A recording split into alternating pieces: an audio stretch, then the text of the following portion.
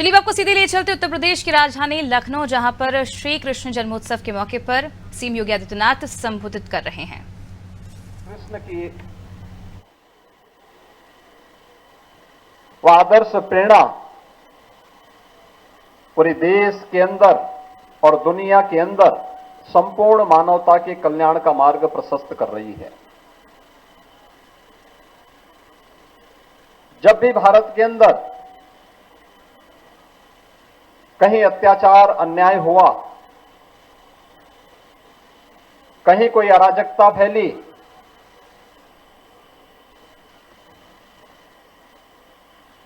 तुम्हारे ईश्वरीय अवतारों ने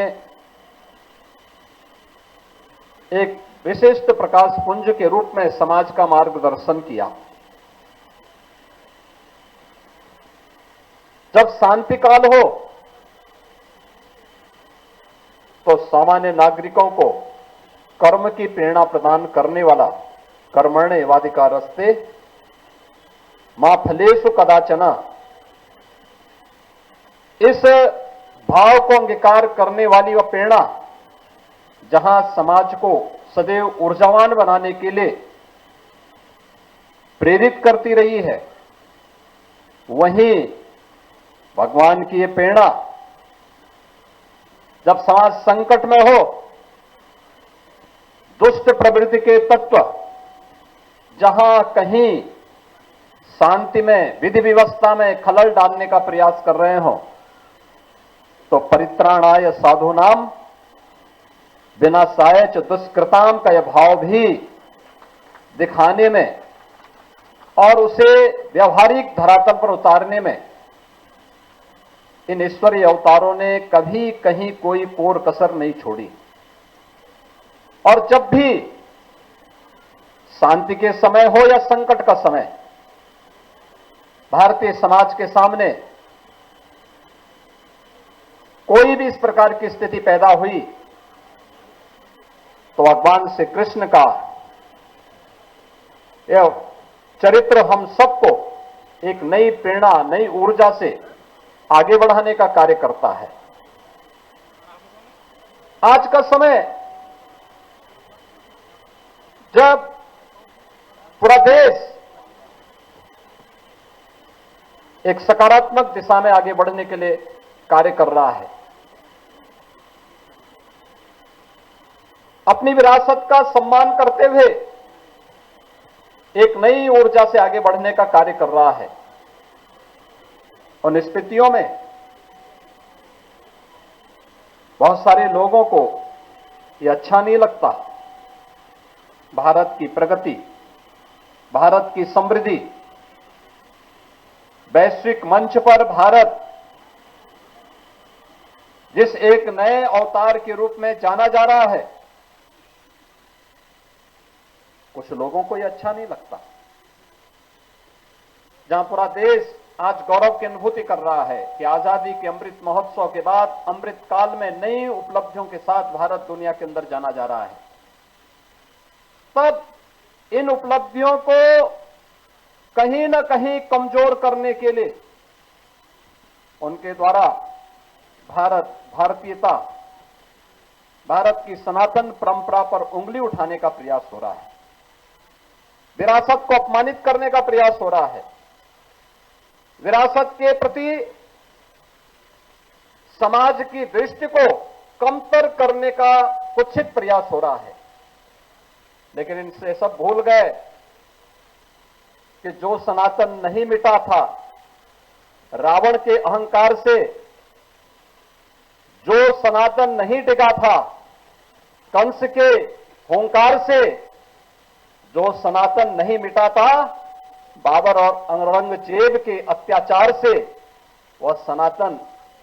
इन तुच्छ सत्ता परजीवी जीवों से क्या मिट पाएगा। आज इनको स्वयं अपने कृत्यों पर लज्जित होना चाहिए। मानवता का धर्म जो सनातन धर्म है, उस पर उंगली उठाने का मतलब मानवता को संकट में डालने का कुत्सित प्रयास। याद करिए, दुनिया की कौन सा ऐसा मत, मजहब और संप्रदाय है जिसको उसके संकट के समय पलक पावड़े बिछा करके उसके स्वागत के लिए सनातन धर्मावलंबियों ने उनकी सुरक्षा और उनके संरक्षण का कार्य न किया हो। हमने कभी नहीं कहा कि हम विशिष्ट हैं। कोई सनातन धर्मावलंबी कभी ये नहीं कहता है कि हम विशिष्ट हैं या हम ही सब कुछ हैं, कभी नहीं कहा। हमने तो कहा एकम सद विप्रा बहुधा वदंती, सत्य एक है और विद्वान लोग उसको अलग अलग, महापुरुष लोग उसको अलग अलग भावों से देखते हैं, अलग अलग रास्ते से इसका अनुकरण करते हैं। इस सब के बावजूद भी अगर जिसकी समझ में नहीं आता है, अपनी मूर्खतावश वह अगर सूर्य की तरफ थूकने का प्रयास कर रहा है तो सूर्य तो इसका थूक नहीं पहुंचेगा, उसके सिर पे स्वयं गिरेगा और उसे, उसको और उसकी आने वाली पीढ़ी को स्वयं लज्जित होना पड़ेगा। हमें भारत की परंपरा पर गौरव की अनुभूति करनी चाहिए। दुनिया को मानवीय कल्याण के मार्ग पर चलने वाली, प्रेरणा देने वाले सनातन धर्म की परंपरा पर गौरव की अनुभूति करनी चाहिए। ये भारत की राष्ट्रीयता का प्रतीक है, भारत को एक नई प्रेरणा देने का माध्यम है, दुनिया के अंदर मानवता के कल्याण का मार्ग प्रशस्त करने वाला माध्यम बनता है। और यही कारण है कि आजादी के अमृत महोत्सव के उपरांत अमृत काल के प्रथम वर्ष में जब भारत दुनिया का G20 के देशों का प्रतिनिधित्व प्रधानमंत्री मोदी जी के नेतृत्व में कर रहा है, तो भारत ने G20 का थीम भी दिया वसुधैव कुटुंबकम का। याद करिए, दुनिया जिस शब्द के तात्विक बोध को समझने में हो सकता है कि कहीं कोई कमी रह गई हो, लेकिन भारत हजारों वर्षों से इस बात को मानता रहा है, उस बात को अंगीकार करता रहा है। और जब भारत को अपनी इन उपलब्धियों पर गौरव की अनुभूति होनी चाहिए, हर भारतवासी जब इन मुद्दों को लेकर के एकजुट होकर के भारत की 140 करोड़ की आबादी जब भारत के यशस्वी नेतृत्व में आगे बढ़कर के एक साथ कार्य करेगा, तो भारत को दुनिया की सबसे बड़ी ताकत के रूप में उभरने से कोई रोक नहीं सकता है। लेकिन जो लोग भारत की प्रगति और भारत की समृद्धि जिनको अच्छा नहीं लगता, वे लोग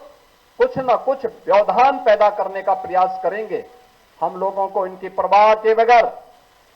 अपने पथ पर अग्रसर होना होगा, क्योंकि एक काल में नहीं हुआ, हर काल में सत्य को